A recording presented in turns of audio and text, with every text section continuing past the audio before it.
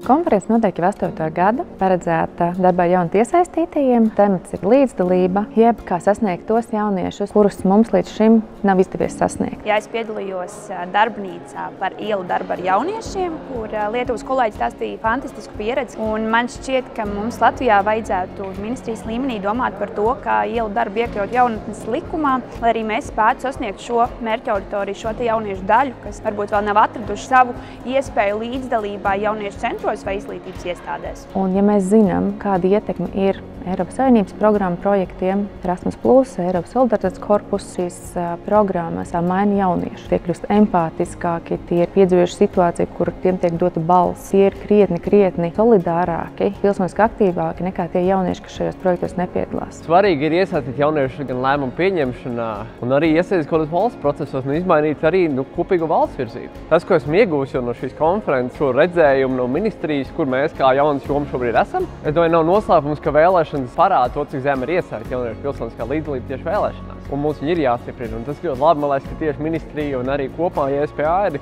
izvēlējušies šo virzienu ieguldīt pilsoniskā līdzdalībā. Tas vēl vairāk liek mums kā pašvaldībām domāt, kas ir tie instrumenti, tie rīki, kā mēs kā jauniešu centri varam vēl vairāk piedāvāt šajā virzienā kaut kādas aktivitātes. Galvenie faktori, lai veicinātu jauniešu līdzdalību, tā ir iespēju došana un atvērtība. Man šķiet, ka tas ir stāsts par uzticēšanos jaunietim, iespēju viņam radīt vidi pašam priekš sevis. Šobrīd lielākais šķērslis ir informācijas pārbagātība, jo lielu daļu informācijas platformas, kas ir tādi laika kavēkļi. Ir jānodibina tas kontakts ar to jaunieti, ir jāmāk viņu uzrunāt, kā jaunas darbiniekam jārada labs iespējas par sevi, lai tas jaunietis būtu interesēts arī komunicēt ar tevi, iesaistīties, dalīties ar savā pieredzē un līdzdarboties kopā ar citiem.